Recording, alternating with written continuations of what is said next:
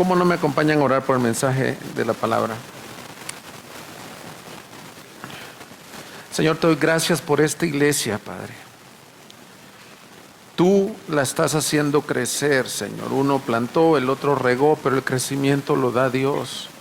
Te suplico que edifiques por medio de tu palabra, Señor, en esta hora a toda tu iglesia, Señor.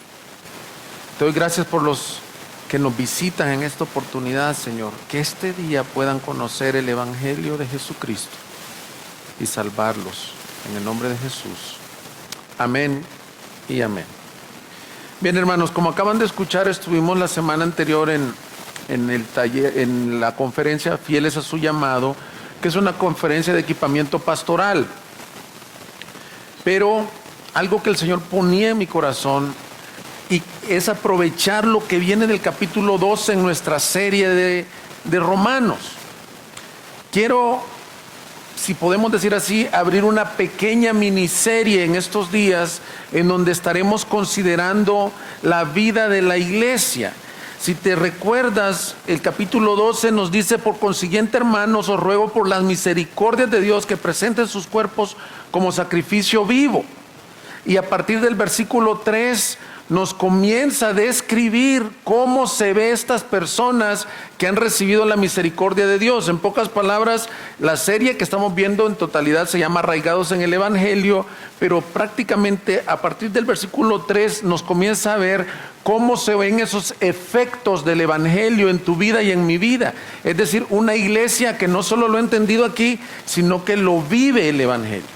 Y eso es lo que vamos a estar viendo en estas próximas semanas. De hecho, ya lo comenzamos con las dos enseñanzas excelentes, por cierto, que dio Luis en los 2 domingos anteriores. Y en esta oportunidad yo he titulado el mensaje: miembros los unos de los otros. Miembros los unos de los otros. Cómo la iglesia afectada por el Evangelio camina usando los dones que le ha dado para edificación el uno del otro, cuidándose, modelando el Evangelio en sus relaciones. Ese es nuestro deseo como pastores, que esta iglesia no tenga nada más doctrina del Evangelio o que lo entiendan, sino que lo vivamos. Así que quiero decir, antes de empezar el mensaje, voy a mencionar algunos de los versículos que ya predicó Luis, que repito, lo hizo muy bien. No más de que en esta oportunidad lo vamos a ver un poco más temático que expositivo. Ten esto en mente, vamos a estar viendo miembros los unos de los otros. Y el próximo domingo a lo mejor vuelva a tocar algunos de estos versículos para seguir ahondando en el tema. Así que vamos a leer desde el versículo 3 al 8, por favor, si me acompañas. Vamos a hacer una cosa: ¿por qué no te pones de pie para la lectura de la palabra de Dios y para que le pidamos al Señor que se glorifique? Capítulo 12, versículos 3 al 8. Porque en virtud de la gracia que me ha sido dada, digo a cada uno de vosotros que no piense más alto de sí que lo que debe pensar, sino que piense con buen juicio, según la medida de fe que Dios ha distribuido a cada uno. Pues así como en un cuerpo tenemos muchos miembros, pero no todos los miembros tienen la misma función, así nosotros, que somos muchos, somos un cuerpo en Cristo e individualmente miembros los unos de los otros. Pero teniendo dones que difieren según la gracia que nos ha sido dada, usémoslos. Si el de profecía, úsese en proporción a la fe. Si el de servicio, en servir. O el que enseña, en la enseñanza. El que exhorta, en la exhortación. El que da, con liberalidad. El que dirige, con diligencia. El que muestra misericordia, con alegría. Amén, Señor, que seamos esa iglesia. Pueden sentarse, mis hermanos. Veremos 3 cosas en esta mañana. A mí me gusta también como poner el bosquejo para que ustedes puedan tener un seguimiento. Veremos, lo primero es que somos miembros del cuerpo de Cristo. Esa será nuestra primer gran premisa. Lo segundo que veremos es: somos miembros los unos de los otros. Y lo tercero que veremos es: el uso de los dones espirituales es para el crecimiento, edificación, para el beneficio común de la iglesia. Amén. Entonces veamos lo primero: somos miembros del cuerpo de Cristo. Pon tu atención, pon tus ojos en el versículo 4. Dice, pues así como en un cuerpo tenemos muchos miembros, pero no todos los miembros tienen la misma función, así nosotros que somos muchos, somos, que dice, un cuerpo en Cristo. Este pasaje nos habla de dos cosas que la iglesia tiene. La iglesia tiene una unidad, pero a la vez tiene una diversidad. Y Pablo no pudo encontrar una mejor ilustración, no hay que decir, vamos a usar de ilustración. Quiero que en este momento toda nuestra predicación, toda la enseñanza de esta tarde esté enfocada en esto, el cuerpo humano. El cuerpo humano nos ilustra lo que es la iglesia. Fíjate desde inicio, desde que lo menciona la ilustración, el cuerpo humano, qué hermoso es ver que dijo, no dice, somos miembros de una organización, somos miembros de una, ni siquiera dijo de una fraternidad, somos miembros de un organismo vivo, la iglesia. Dice, somos uno, somos un cuerpo en Cristo. La iglesia, hermanos, es el cuerpo de Cristo en la tierra. Pablo nos enseña que la iglesia no es un club ni una sociedad a la que pertenecemos, sino algo más orgánico, algo más intrínseco. Y pensemos en la ilustración. Todos los miembros de tu cuerpo son vitales para la existencia. Aún el que piensas que no es tan importante, aún el que no se le ha encontrado el uso para él, tiene una razón de ser. Así es la iglesia de Cristo. Y qué hermoso, porque la cabeza, dice Colosenses, de la iglesia es Jesucristo. Y nosotros, fíjate lo que nos está diciendo de entrada, somos el cuerpo. Es decir, en la tierra, la iglesia del Señor es la que hace la obra del ministerio. Y es importante que tengas esto en mente. La obra del ministerio está siendo hecha por medio de tu vida y mi vida, por medio del cuerpo de Cristo. Es una ilustración, no estoy haciendo una alegoría ni es preciso esto. Es tus manos, tú eres las manos, los pies, la boca, los ojos, los oídos, la mente del cuerpo de Cristo. Parece que hay un ruido, déjenme ver si es esto. ¿Quieren que tome? Sí, el de mano. El Señor lo diseñó diferente, como piedras vivas que forman un muro labrado en la casa del Señor, cada uno con diferentes trasfondos, con diferentes criterios, con diferentes funciones, hace caminar este cuerpo que es la iglesia. Así que, hermanos, quisiera que comenzáramos viendo esto, que es muy importante, y especialmente lo hago por nuestros visitantes: cómo formas parte del cuerpo de Cristo. Entonces, como estamos un poco temáticos, quiero decirte esto: este pasaje es paralelo, es igualito casi que 1 Corintios 12, a partir del versículo 12 hasta el 28. Entonces, en esta oportunidad quiero que tengan su Biblia en Romanos capítulo 12 y 1 Corintios 12. Hasta los autores de los capítulos los dejaron muy parecidos.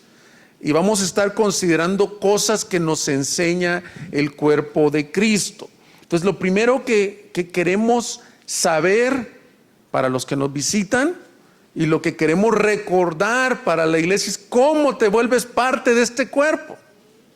Porque no nacemos siendo parte del cuerpo de Cristo.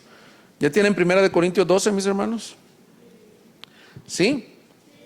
Dice el versículo 12, por favor: porque así como el cuerpo es uno y tiene muchos miembros, pero todos los miembros del cuerpo, aunque son muchos, constituyen un solo cuerpo, así también es Cristo. Y mira el versículo 13: pues por un mismo espíritu todos fuimos bautizados en un solo cuerpo, ya judíos o griegos, ya esclavos o libres, y a todos se nos dio a beber del mismo espíritu, porque el cuerpo no es un solo miembro, sino muchos.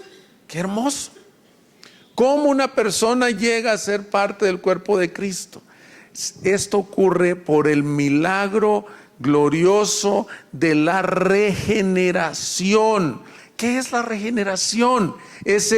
Regeneración viene de nuevos genes, de nueva vida.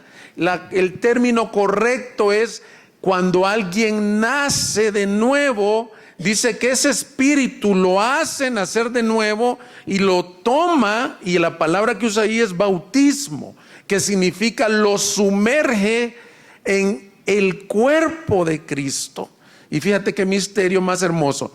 Cuando alguien nace de nuevo, para empezar, las personas no pueden nacer de nuevo porque ellos quieren, porque todos estamos muertos. Efesios 2 nos enseña que todos estamos muertos en nuestros delitos y pecados, aunque estemos caminando, aunque estés teniendo tus amistades, tu vida cotidiana, espiritualmente estás muerto. Entonces lo que requieres es un milagro. Por eso es que considerarte parte de la iglesia debe de ser una de las cosas que te anime muchísimo a ti y a mí, porque tú dices, yo soy parte de la iglesia por pura misericordia de Dios, porque un día el Espíritu Santo avivó la palabra del evangelio. Fíjate cómo ocurre esto, y es como si un corazón de piedra le soplaran vida y se convierte en un corazón de carne. Esto es lo que se conoce como el nuevo nacimiento, la regeneración, y eso ocurre en un día, en un acto. Para muchos de nosotros lo recordamos hasta con fecha, hasta con hora, recordamos el evento. Algo pasó que no te levantaste siendo el mismo. Yo lo recuerdo el día de mi nuevo nacimiento hasta con fecha, porque coincidió con el día de mi cumpleaños. Así que yo el día de mi cumpleaños celebro el día del nuevo nacimiento y el día de mi natalicio, como dice. Ese día Dios me hizo nacer de nuevo, así que tengo mucho menos de nacido de nuevo que de haber nacido. Nací de nuevo en 1995. ¿Cuántos años ya? 27. ¿Cuántos tenía, pastor? 3 años, ¿o cuántos tenía? No, para nada. Tenía 17 años. Entonces ahí usted échale números más o menos. El Señor me hizo nacer de nuevo. Miren, hermanos, y esto es bien importante. Ser miembro del cuerpo de Cristo no es una religión.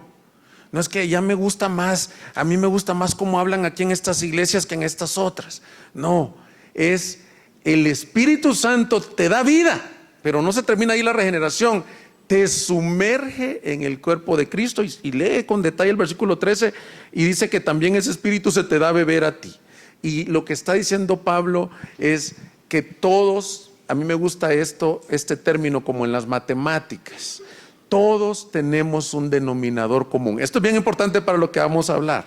El denominador común que todos tenemos es perdidos, extraviados, faltos, no buscábamos a Dios, no queríamos nada de Dios, pero encontramos en Cristo Jesús y por su Espíritu gracia, vida nueva, paz, y entonces te injertaron en el cuerpo de Cristo. Y lo más glorioso, personas, perdón, no se va a ofender nadie, pero inservibles como el que te habla, ahora Dios les dice, ahora van a tener una función en un cuerpo. Ese es nuestro factor común. Por eso Pablo dice, ahí lee con detalle el versículo 13 de 1 Corintios 12, pues por un mismo Espíritu todos fuimos bautizados en un solo cuerpo.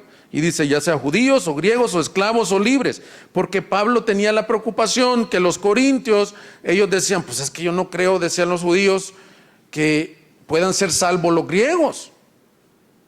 Los judíos pensaban que te salvabas por cumplir la ley, los griegos pensaban que te salvabas por tener mucho conocimiento filosófico.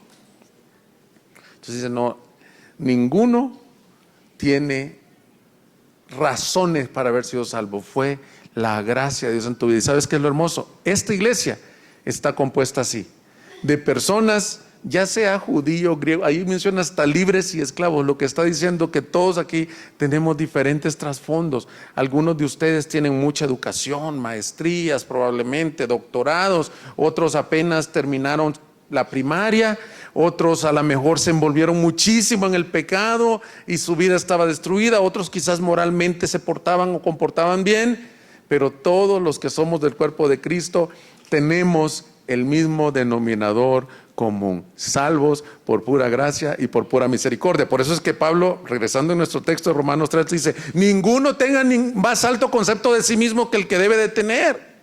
¿Por qué? Porque todo lo que tienes, como nos expuso Luis muy bien, te ha sido dado.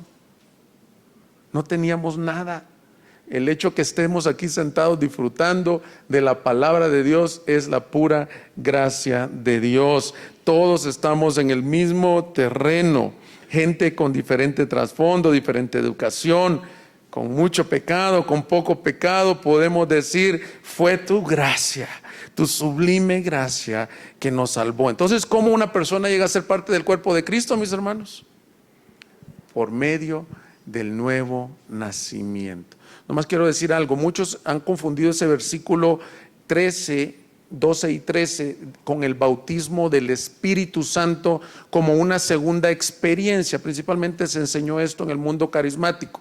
Si tú lees con detenimiento lo que está diciendo, no está hablando de una segunda experiencia o un bautismo en el Espíritu Santo, sino que el bautismo que el Espíritu Santo hace de introducirte al cuerpo de Cristo. No obstante, también está diciendo que ese Espíritu se te dio a beber. Es decir, todos los creyentes están dentro de Cristo, están en Cristo, pero también el Espíritu Santo mora dentro de ellos. ¡Qué misterio!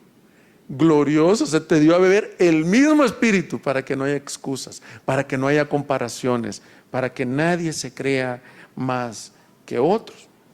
Ahora, regresemos por favor a Romanos 12, vamos a ver lo segundo.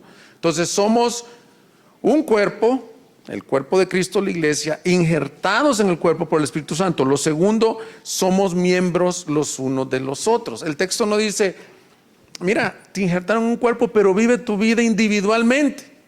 Y de eso es lo que la serie, esta miniserie dentro de la serie, queremos hablar. Queremos hablar de la iglesia. El Señor diseñó para que el cristiano viva en comunidad, para que se necesiten unos con otros. Nadie tiene todos los dones, nadie puede caminar, no existen los llaneros solitarios, mis hermanos. Yo no sé cuántos de ustedes son como yo, que son un poco, les dicen como Grinch, que les gusta prácticamente: ay, no quiero compartir en la tarde con nadie. El domingo en la tarde quisiera yo estar ahí, ni hablar con ninguno de los hermanos. Bueno, mis hermanos, tengo buenas noticias. La palabra del Señor te dice que si estás en el cuerpo de Cristo, la vida de la iglesia se vive en comunidad. Y queremos que en esta iglesia crecer juntos, caminar juntos. De hecho, en Colosenses se da a entender que el conocimiento de Dios progresivo se da juntos como iglesia. Nos edificamos unos a otros. Mira, el versículo 4 dice que aunque tenemos muchos miembros, pero no todos los miembros tienen la misma función. Y el versículo 5 dice así: nosotros que somos muchos, somos un cuerpo, pero no dice solo el cuerpo, sino miembros los unos de los otros. La iglesia está llamada a edificarse junta. Este texto nos llama a la unidad, a caminar juntos. Es como los engranajes de un motor, de un carro. Imagínate qué hermosos esos engranajes. Bueno, no hermosos, ¿verdad? Pero qué padre ver cómo funcionan de diferentes tipos. No son hermosos, ¿no? Qué hermoso lo que el Señor nos habla, que diferentes engranajes hacen avanzar una maquinaria. Aquí hay miembros muy fuertes en el Señor, miembros débiles a lo mejor, pero juntos vamos a hacer avanzar no la maquinaria, sino la iglesia de Cristo. Así que yo creo que de este texto y de Corintios hay a lo mejor muchas más cosas, pero como les dije que va a ser un poco temático, yo saqué por lo menos 3 cosas que nos van a ayudar a caminar en unidad, a avanzar, a crecer juntos. Lo primero, la saco del versículo 5, es que cuando dice individualmente miembros los unos de los otros, lo primero, fíjate, nos necesitamos los unos a los otros. La iglesia se necesita. La iglesia es, los miembros de un cuerpo, del cuerpo de Cristo, son interdependientes. Si existe esa palabra, no son independientes, no son ermitaños, no te puedes edificar tú solo, no tienes todos los dones tú solo, necesitas a tu hermano. Dios diseñó que vivas en comunidad. Acompáñame de nuevo, por favor, a Primera de Corintios. Vamos a seleccionar algunos versículos de Primera de Corintios, por favor.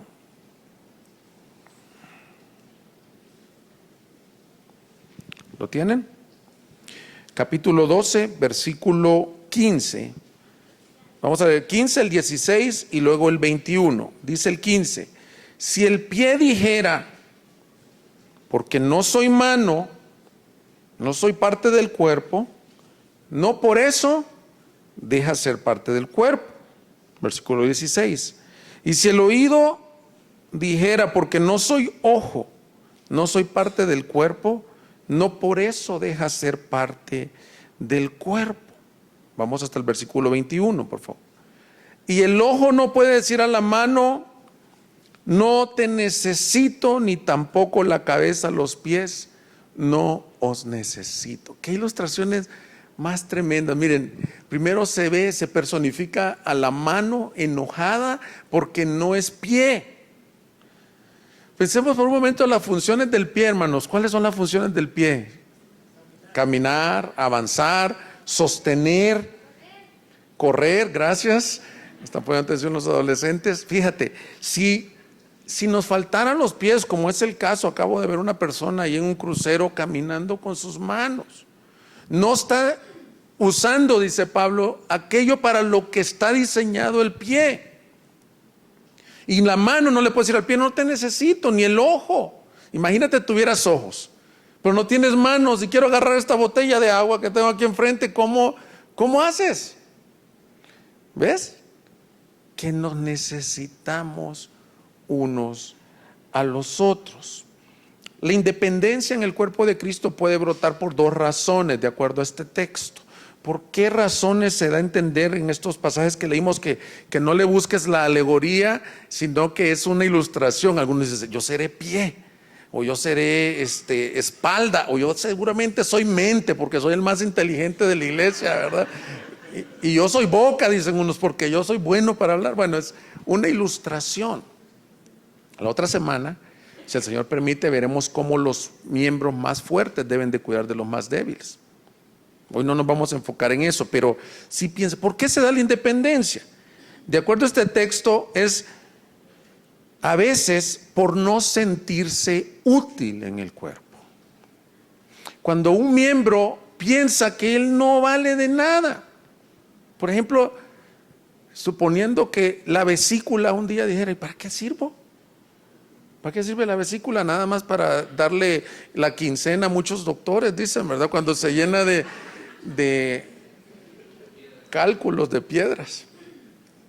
No, mis hermanos, la vesícula sí sirve para algo. El apéndice, no se sabe, algunos dicen. El lóbulo de la oreja. Aquí está el doctor, él sabrá si sirve para algo o no sirve para algo. Muchos miembros en la iglesia están diciendo lo que dice el versículo 12. Porque no soy mano, no soy parte del cuerpo. Yo soy vesícula, no sé para qué sirvo.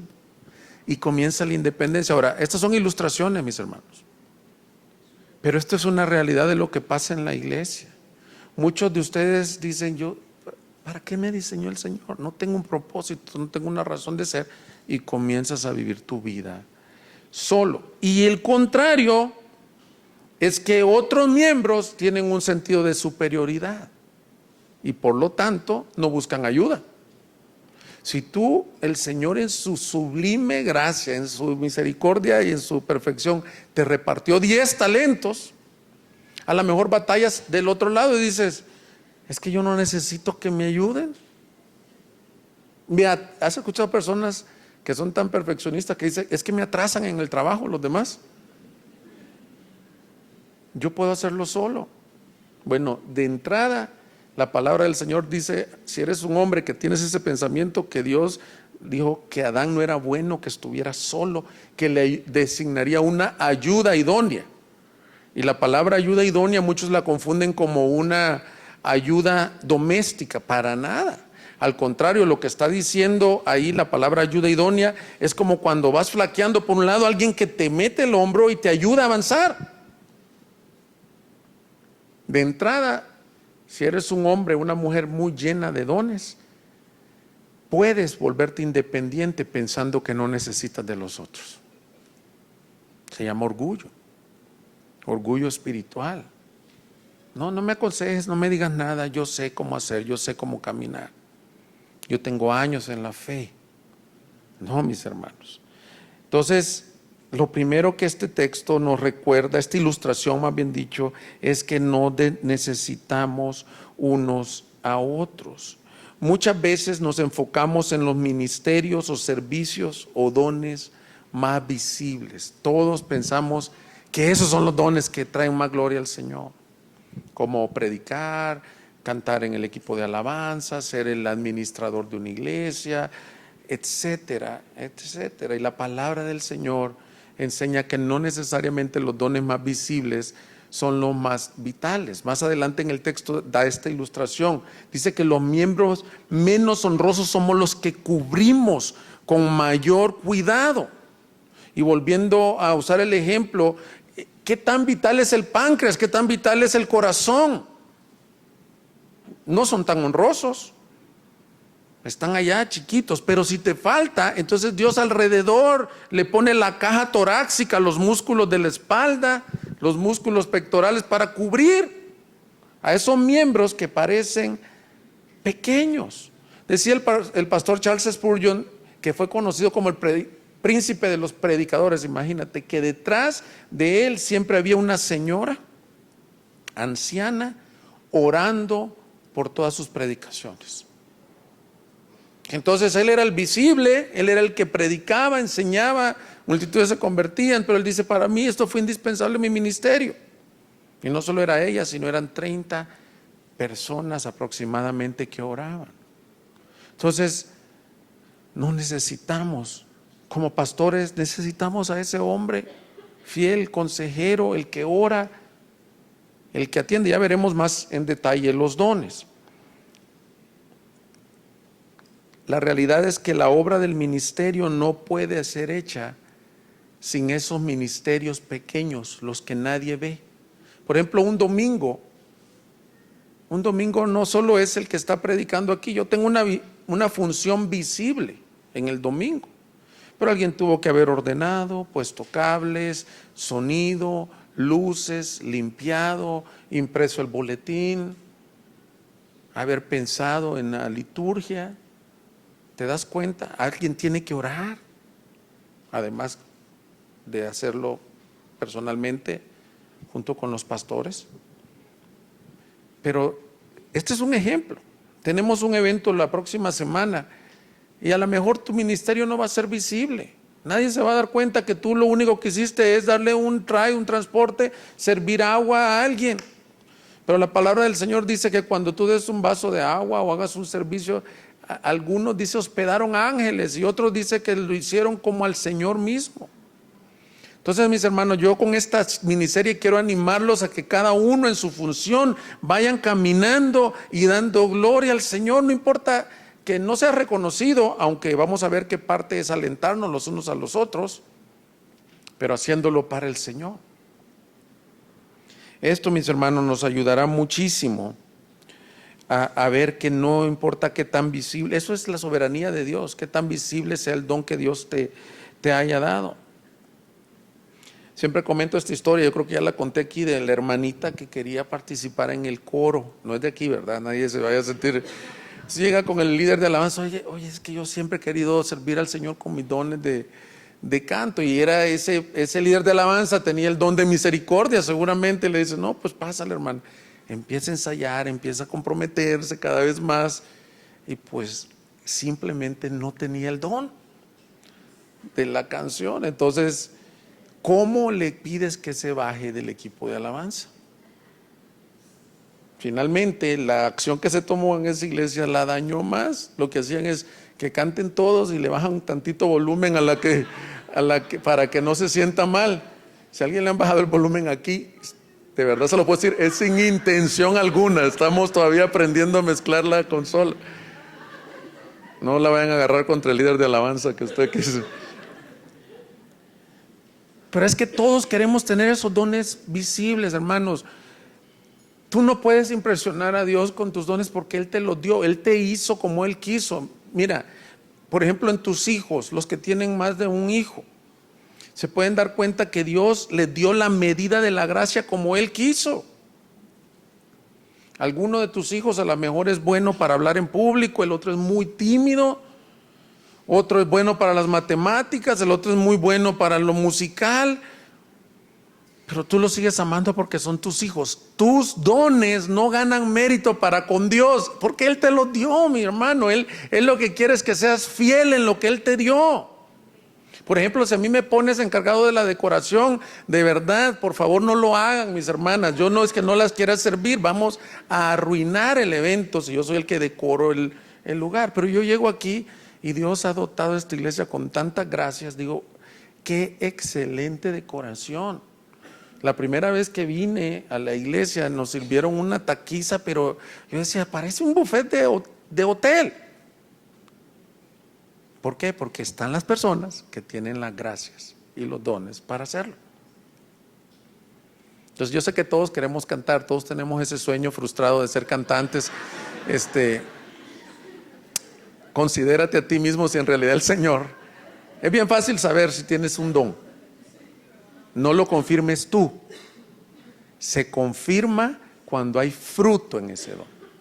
¿Ok? Entonces, ¿qué más nos enseña? Primero, que nos necesitamos unos a otros. Segundo, que Dios ha sido soberano en ubicarnos como Él quiso. Creo que es lo que estaba diciendo ahorita, me adelanté un poco. Mira 1 Corintios 12, 17. Si todo el cuerpo fuera ojo, ¿qué sería del oído? Y si todo fuera oído, ¿qué sería del olfato? El versículo 18 yo lo tengo subrayado porque esto me ha servido en mi vida, en mi caminar cristiano. Ahora bien, si quieres lo puedes decir en voz alta. Dios ha colocado a cada uno de los miembros en el cuerpo según le agradó. No, es que a mí no me dan chance de predicar en esa iglesia, son bien cerradas. Dios colocó a cada uno según le agradó, mis hermanos. Incluso que tú seas parte de esta iglesia local, si tú lo ves como que es la iglesia que me queda más cerca de mi colonia, o como que es la iglesia que tiene sillas muy cómodas, ahí voy a ir, no estás entendiendo lo que es la membresía de la iglesia local. La iglesia local es esa iglesia donde Dios te quiso ubicar por su gracia, por su misericordia. Amén. Esta iglesia quiere servir como esa iglesia donde Dios te ubicó. Esto te debería dar una gran consolación porque elimina, número uno, la comparación. A veces voy a esas conferencias como las de Fieles a su Llamado y todos los predicadores que pasan, todos los que dirigen alabanza, yo digo, caray, ¿cuántos dones le diste a estos hombres? Ya quisiera yo cantar como fulano de tal o predicar como lo hace el otro. ¿Y sabes qué recuerdo? Este texto. Dios te puso como Él quiso. ¿Y sabes qué es lo hermoso, mis hermanos? Si el Señor te llamó a predicarle a 8 niños, si el Señor, te quiero animar, Luis, te llamó a plantar esta iglesia y no fue un ministerio de 5,000, de 10,000, cuando llegues delante de su presencia, Él te va a preguntar, ¿fuiste fiel en lo que te encomendé, mi siervo? Yo soy fiel en lo que me está encomendando. ¿Tú eres fiel en lo que te pide el Señor? Cuando te pedimos, hermano, ¿te puedes por favor poner en la entrada a saludar, hermano? Dice, saludar, hermano. Dios quiere fidelidad en el llamado. Yo siempre le digo al Señor, haz conmigo tu voluntad en lo que tú quieras, en el ministerio que tú tengas.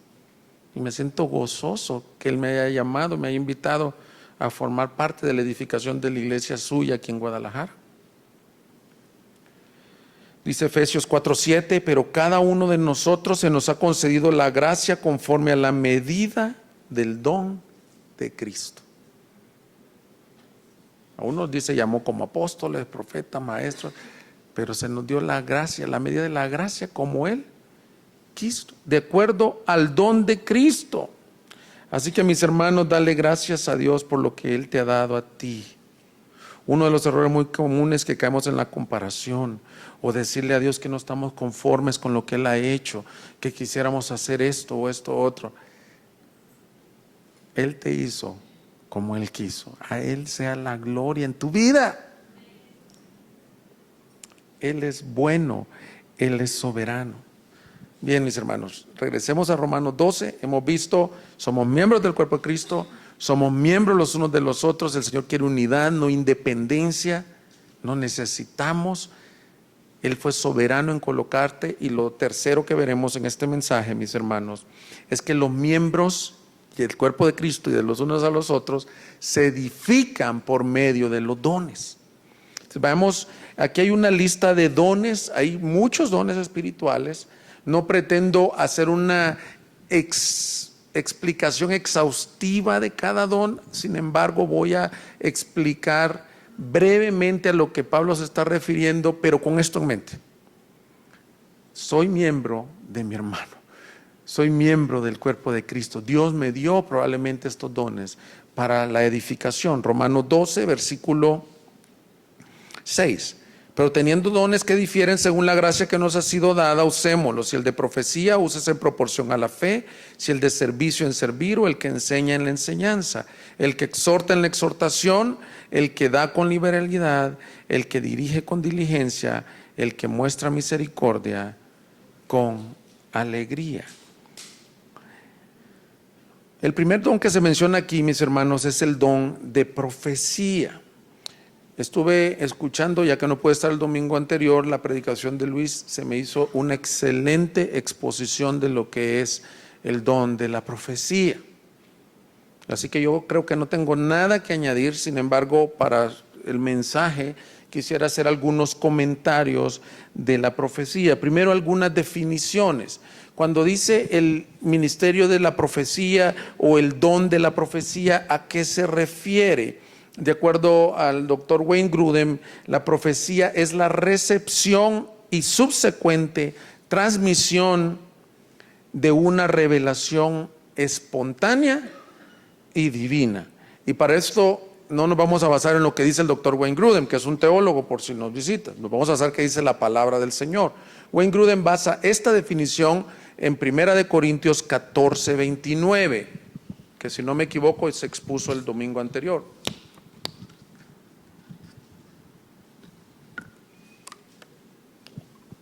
¿Qué dice 1 Corintios 14, 29? Y que 2 o 3 profetas hablen y los demás juzguen.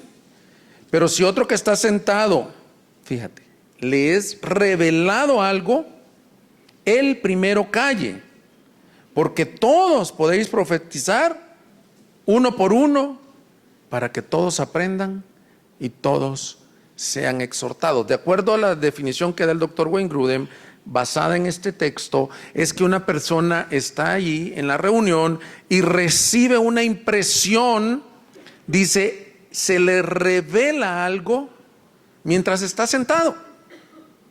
Es una impresión espiritual de algo, y dice que no la diga en desorden, no la grite, no vaya corriendo a decir lo que sintió, sino que primero calle. Pero no le dice, no la digas. Dice, porque todos pueden profetizar. Así que nos muestra lo primero, que es una revelación espontánea. El problema que yo encuentro con la palabra profética es que debido al exceso, los abusos que han habido en el mundo carismático, las personas que queremos estar más apegadas a la Biblia, leemos palabra profética y reaccionamos inmediatamente y decimos, ¿por qué? ¿Y por qué Dios quiere revelar? Porque Dios es Dios, mis hermanos, y porque Él puede hablar como quiere ahora. Entonces estoy dando introducciones a este punto. No estamos diciendo que esta revelación espontánea sea una revelación extrabíblica, número uno, ni directiva en ningún momento, y fíjate bien esto, ni inerrante o infalible. Es decir, el que siente esta impresión no puede venir y tomar el nombre de Dios en vano y decir, así dice Jehová. Si esa persona hace eso, está tomando el nombre de Dios en vano y probablemente metiéndose en una gran bronca. Hemos oído de casos de personas que sienten una impresión profética, van y le piden dinero, le dan dirección de con quién casarse, le dan dirección de qué hacer, cuando la Escritura no enseña nada de eso. Si tú le tienes temor a ese tipo de profecía, síguele teniendo temor, porque eso no es lo que está refiriéndose aquí el texto. Ahora, ¿a qué se refiere el texto con el don profético? Bueno, veamos algunos comentarios breves sobre el don profético. Primero, en el Antiguo Testamento la palabra profética literalmente era la palabra de Dios. El profeta del Antiguo Testamento podía decir, así dice Jehová, y plasmarlo en un libro inspirado del Antiguo Testamento. Pablo no se refiere a eso. Cuando dice, si alguno tiene el don de profecía, que lo use de acuerdo a la medida de la fe, no se refiere a eso. En el Nuevo Testamento, dice D.A. Carson, profetizar era el poder de entender o ver la voluntad de Dios y darla a conocer. Un don capaz, sigue diciendo D.A. Carson, de entender la verdad e impartirla. Por lo tanto, podía edificar carácter, avivar su voluntad y animar el espíritu. 1 Corintios 14:1, por favor. Ahí mismo donde estamos. Procurad alcanzar el amor, pero también desead ardientemente los dones espirituales, sobre todo que profeticéis, porque el que habla en lenguas no habla a los hombres, sino a Dios, pues nadie lo entiende, sino que en su espíritu habla misterios. Pero el que profetiza habla a los hombres para edificación, exhortación y consolación. Subráyalo en tu Biblia, por favor. Aquí Pablo nos da el propósito de este tipo de palabras y lo limita a 3 cosas. ¿Cuáles son? Edificación, exhortación y consolación. O sea que la palabra profética no es predicción. Te voy a decir qué te va a pasar en el futuro. A todos les dicen cuando tienen como 18 años en los campamentos de jóvenes y van y viene una persona a orar, yo te veo como misionero a las naciones, te veo como profeta a las naciones. Casi a todos les dicen esa palabra. ¿De verdad lo estás sintiendo del Señor? No es predicción. Sin embargo, sí dice que es edificación, exhortación y consolación. Nadie te puede decir qué hacer porque tú tienes la palabra de Dios. Entonces, lo primero que les decía no es igual que la del Antiguo Testamento, y el propósito, lo segundo que les estoy diciendo, es que no es directiva, sino para edificación y exhortación. Muchos reaccionan contra el tema por el tema de los abusos, especialmente en el movimiento carismático, donde se ha abusado de la palabra profética, haciendo todo lo contrario a esto. Pero aquí te quiero decir algo. Cuando hay abusos en los dones espirituales, y por eso gracias a Dios por las series de predicación expositiva, porque el texto nos va llevando a tocar todos los temas. Si no, no hubiéramos tocado este tema quizás. Lo que la Biblia enseña no es, no, pues ya no hablen profecías, no hablen lenguas. En Corintios se emborrachaban en la cena del Señor, mis hermanos. Si hablamos de excesos, ahí es donde más excesos, y Pablo les dice, no porque hayan excesos dejen de hacerlo, por el contrario, los animo a que lo busquen ardientemente. Yo te quiero preguntar algo, ¿tú buscas ardientemente los dones espirituales? ¿Y sabes qué? Reaccionamos con los dones que se conocen como espectaculares, con el don de profecía, con el don de lenguas, con el don de interpretación de lenguas, pero no decimos lo mismo del don de servicio. ¿Por qué? Porque yo he llegado a la conclusión que en la iglesia el debate no es si el don de profecía es bíblico o no, sino que la gran pregunta que muchos tienen ¿es para este tiempo o no?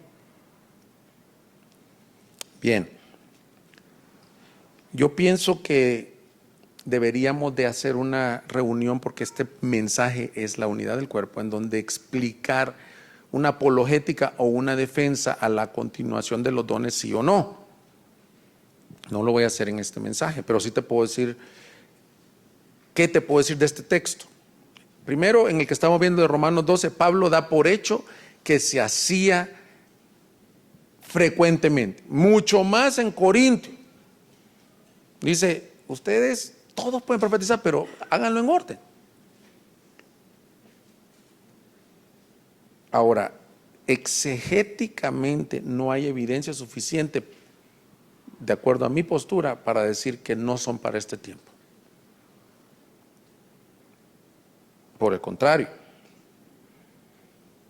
yo he visto edificación cuando se da una palabra en base a la palabra de Dios, con temor de Dios, sometiéndola, porque en todos los casos te dice, no menosprecie las profecías, sino que examinadlo todo y retened lo bueno. Yo sé lo que están diciendo muchos, pero es que la Biblia es la única palabra de Dios sin error y autoritaria. Amén 50,000 veces. Es la única palabra de Dios. Entonces dices, ¿por qué necesita darme una palabra si ya está todo inspirado? Pues porque el Espíritu Santo, mis hermanos, también aviva la palabra. ¿Has leído el Salmo 119? Aviva tu palabra en mi vida. Hay textos que los has leído una y otra vez, y por medio del Espíritu Santo de repente ese versículo es avivado en ti y lo ves con otros ojos y tus ojos son abiertos. Y yo considero que cuando un hermano tiene el don profético, lo que está ahí en la palabra te anima, te exhorta, te hace ver más a Cristo. Dice incluso que si alguno nuevo llega a una iglesia y le hablas en lenguas, pues no lo vas a edificar para nada. Pero si vas y le dices aquellas cosas que están secretas en su corazón, el tal saldrá dando gloria a Dios. Ese es el efecto que surge. Yo lo he visto muchas veces, mis hermanos. Por ejemplo, con nuestro pastor de alabanza en Sovereign Grace, con Bob Coughlin, estábamos en la conferencia, él sintió ministrar un canto. Nadie dice, él todavía dijo, esto que voy a hacer no estoy igualándolo a la palabra de Dios, puede ser que no sea para ti en este momento, solo siento una impresión del Espíritu dar ánimo. Y a muchos nos bendijo. Puede ser expresada en canto, lo que sí debe ser expresada en orden, con temor y bajo la palabra de Dios. Así que creo que todo esto lo vieron el domingo anterior, pero yo tenía que tocarlo porque está en los dones. Siguiente don. ¿Ya quieren que me quede nomás en ese? No, pues ya muchas predicaciones, ya van donde. Siguiente don, versículo 7. Si el de servicio, en servir. Esa palabra servicio, mis hermanos, realmente viene de la palabra diaconías, que si recordamos un poco cómo fueron instalados los diáconos, es que estaban los apóstoles con la palabra, con la predicación, y dicen, no es justo que descuidemos la oración y que descuidemos la predicación por estar atendiendo o sirviendo las mesas.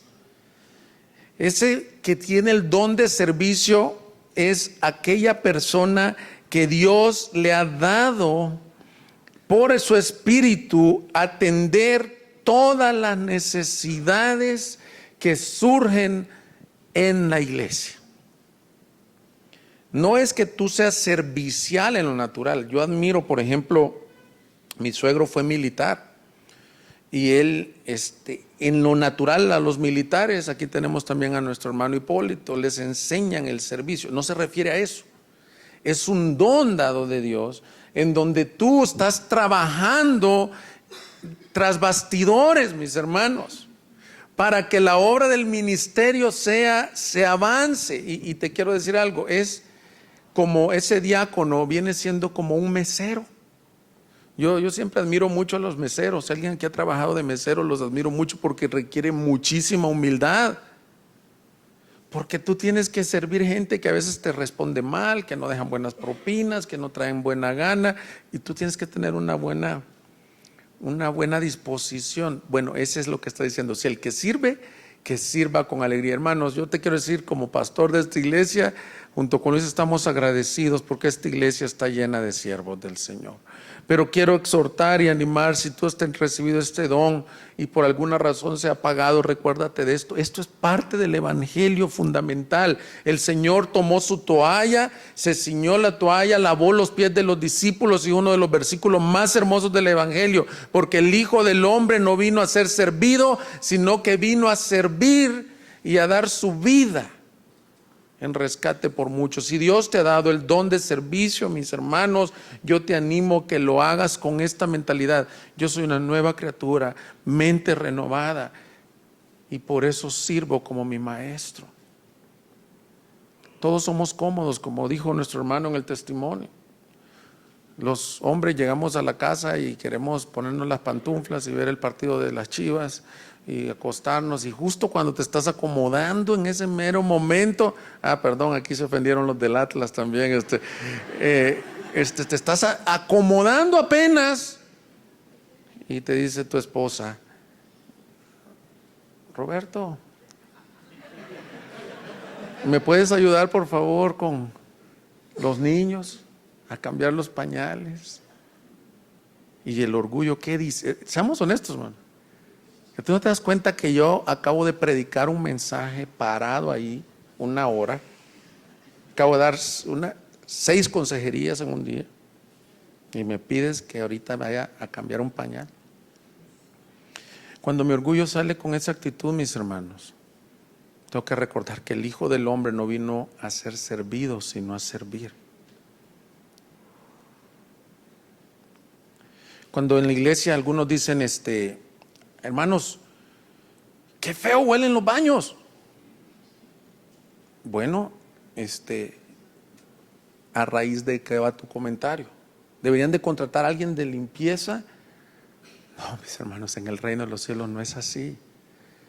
Yo le pido al Señor que esta serie nos quite la mente de consumidores. Si tú ves una necesidad, inmediatamente decir: yo me quito el saco y me pongo a trabajar. Conocí a un hombre que había sido empresario, que había ostentado cargos de gobierno, y llega con el pastor: pastor, yo quiero servir. Pues él se imaginaba a lo mejor que le iba a decir: necesitamos aquí un administrador o algo. Le dice: qué bueno, hermano, porque no tengo nadie quien me limpie baños. Pero este hombre, lleno de la gracia de Dios, abrazó la cruz, tomó la cruz tempranito. Todos los domingos, no sé si 6 o 7 de la mañana, estaba limpiando baños fielmente por muchos años. Dicen: esta iglesia no se va a pagar a alguien para que limpie baños, porque yo lo puedo hacer. Y con sus dones administrativos, gerenciales, al ratito tenía roles, funciones, y esos baños parecían VIP, un lugar de lujo. Hermano, no veas como menos el servir. Yo le agradezco al Señor los que sirven las mesas, los que limpian, pero también veo que a veces nos hacemos como iglesias profesionales, y entonces decimos: pues es que alguien tiene que ser aquí el de mantenimiento, me imagino yo, o alguien tiene que ser el de sonido. No, hermano, lo hermoso de las iglesias chiquitas es que tú llegas y están las hermanitas limpiando las sillas, barriendo, trapeando. Ahora, también hay un error que dice: no, pues que no lo haga el pastor. Yo estoy de acuerdo que hay momentos que el pastor tiene que estar haciendo esta función, pero también Luis les ha sentado ejemplo, y yo quiero ser ejemplo. Todos trabajamos, todos servimos. No porque ya eres líder de un ministerio o porque ya eres predicador ya no lo haces. Ahora, precisamente es parte de tu función para que el evangelio avance. El que sirve en servir, y vamos a ver la otra semana más en detalle de la diligencia. Yo solo quiero cerrar la parte del servicio, que lo hagas con diligencia, quiere decir con fervor, con ánimo. Gracias al Señor por el privilegio de servirlo en su iglesia. Y si Dios te está llamando, Hay muchas formas en las que puedes servir. De hecho, agradezco a todos los que van a servir en red de entrenamiento en muchas áreas, llevando gente, yendo al aeropuerto, limpiando, decorando, que el Señor que ve y que recompensará en su venida todo tu servicio, lo pueda ver. Luego dice el de enseñanza. Este término viene de la palabra didasco, griega didasco. Hay 3 términos para predicación en el Nuevo Testamento. La palabra didasco es una de ellas, que tiene que ver con enseñanza. Y aquí dice que es un don dado por el Señor. Y este es un don, como es visible, que muchos dicen tener. Ahora, yo quiero no avanzarle más, sino darte la seriedad que para mí y para el pastor Luis tiene el ministerio de la enseñanza. En esta iglesia creemos, mis hermanos, que si se descuida el ministerio de enseñanza es por la crisis que está la iglesia ahorita. El maestro es un don dado de Dios a la iglesia. Y los maestros han sostenido la iglesia durante 2000 años, mis hermanos, trayendo la sana doctrina. Pero también, dijo Pablo a Timoteo, se levantará tiempos en donde no sufrirán la sana doctrina y se levantarán hombres que tuercen las escrituras. Así que el don de enseñanza es vital en la iglesia. Es uno de los dones por medio de los cuales la iglesia se sostiene. Dios mismo le da a los hombres este don. Primera de Corintios 12:28 dice: y en la iglesia Dios ha designado primeramente apóstoles, en segundo lugar profetas, en tercer lugar maestros. Por ejemplo, en Corintios dice el apóstol Pablo, dice: yo planté y Apolos regó. ¿Cómo es que regó Apolos? Apolos regó por medio de la enseñanza. Es un don que lo debe de confirmar la iglesia. Porque muchos quieren enseñar y Santiago dice: no sean muchos maestros de ustedes, sean prontos para oír y tardos para hablar. Porque el maestro lleva más condenación. ¿Cómo sabes si tienes el llamado a la enseñanza? Bueno, ese es un don que lo confirma el magisterio de la iglesia. Que cuando tú enseñas tienes la gracia de Dios dada por el Espíritu de explicar las Escrituras, de exponerlas, de hacerlas entendibles a tu audiencia. No solo es en los pastores, hay don de enseñanza en ministerio de niños, en ministerio de mujeres. Precisamente por eso nosotros albergamos una vez al año el taller de predicación expositiva, en donde invitamos a pastores, 50 pastores de diferentes lugares de la República, a aprender a partir bien las Escrituras. Y les quiero decir algo, mis hermanos, para mí esto que estoy haciendo aquí es el trabajo más serio que puedo tener, es casi como más serio que una cirugía. Yo no estoy jugando cuando estoy predicando aquí, no estoy sacándome un mensaje, a ver, ¿qué se me ocurre? Lo voy a preparar sábado en la noche, domingo en la mañana corriendo. Requiere horas, requiere estudio de la palabra, pero definitivamente requiere un llamado y un don. Ahora te quiero alentar y decir: no, pues yo nunca voy a tener ese don. Claro que el Señor quiere llamar a otros a la enseñanza, pero tengamos esta premisa en la iglesia: Dios quiere confirmarlo por medio de que des fruto en eso. Me encantó el texto que leyó ahora en la oración pastoral Luis. Le dice Pablo a Timoteo que desde la niñez has sabido las sagradas escrituras que te pueden hacer sabio para la salvación, porque toda la escritura es inspirada por Dios y útil. El don del maestro, mis hermanos, es el que cimienta la iglesia en la palabra. Algunos comentarios sobre este don: yo creo que la crisis que vive la iglesia es porque el púlpito ha rebajado a decir lo que creo, a contar chistes, a hablar cosas que ya no están basadas en la Biblia, experiencias. hermanos, si nos volvemos a la Biblia. Este taller de entrenamiento de mujeres es para eso, para que aprendas a leer tu Biblia y aprendas a enseñarla con otros. La doctrina, el estudio bíblico no está peleado con la espiritualidad. Mucha letra, hay un versículo que se saca de contexto, mata, pero en el sentido que se está hablando de los fariseos, que nomás tenían la parte de la letra, pero no tenían la aplicación con Cristo. Debemos de ser iglesias informadas por la palabra, mis hermanos, ser como los de Berea, que lo que se está hablando, vamos y no vamos a ver qué dijo el pastor Miguel Núñez, qué dijo el pastor Carlos Contreras, vamos y vemos nuestra palabra y decimos, ¿qué dice la palabra? No estamos tampoco para que en la predicación estés haciendo un examen, una evaluación, a ver si este sí tiene el don de maestro o no. No te preocupes, ese no es tu encargo, no es tu función en la iglesia. El que pasa aquí al frente es porque un equipo pastoral lo ha evaluado para que confirme que tiene ese don y llamado. Amén. Bueno, me quedan 3, los voy a mencionar, pero el otro domingo seguimos. El de exhortación, la palabra viene para kaleo, que significa llamar, urgir y animar. Solo quiero decir algo de este don. Muchos piensan que tienen el don de exhortación porque lo confunden con el don de ser bueno para regañar o para ver el punto negro en la pared blanca. Yo seguramente tengo el don de exhortación porque me fijo en todos los errores. No, mi hermano, este don ha dividido, el que no lo practica bien ha dividido iglesias. Muchos lo que tienen es un machete desenvainado, todos sin filo, que quieren andar regañando, hermanos, y viendo los puntos de vista.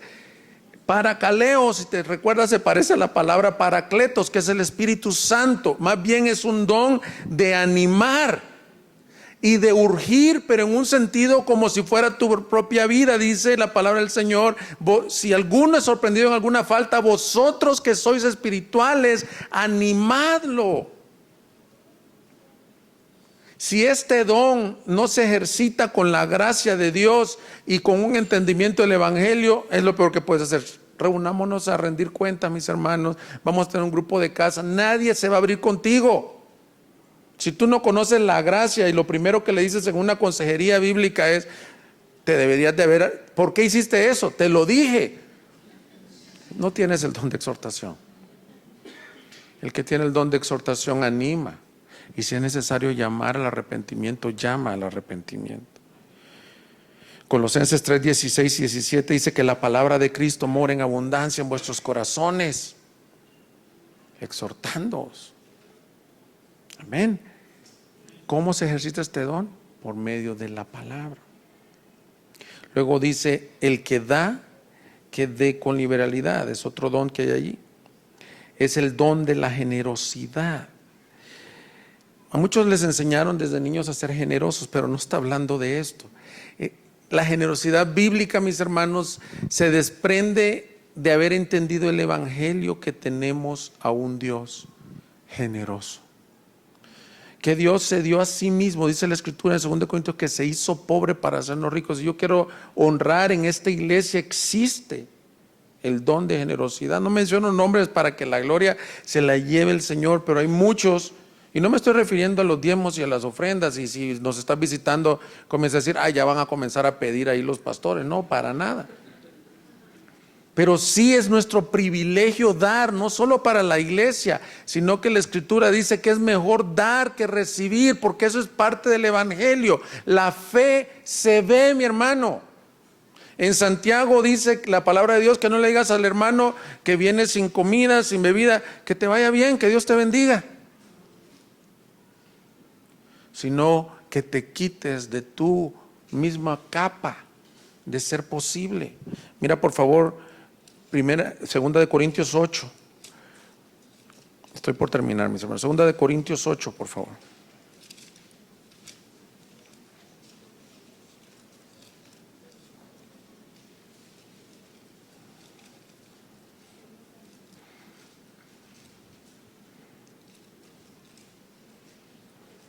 Dice los versículos 1 al 4.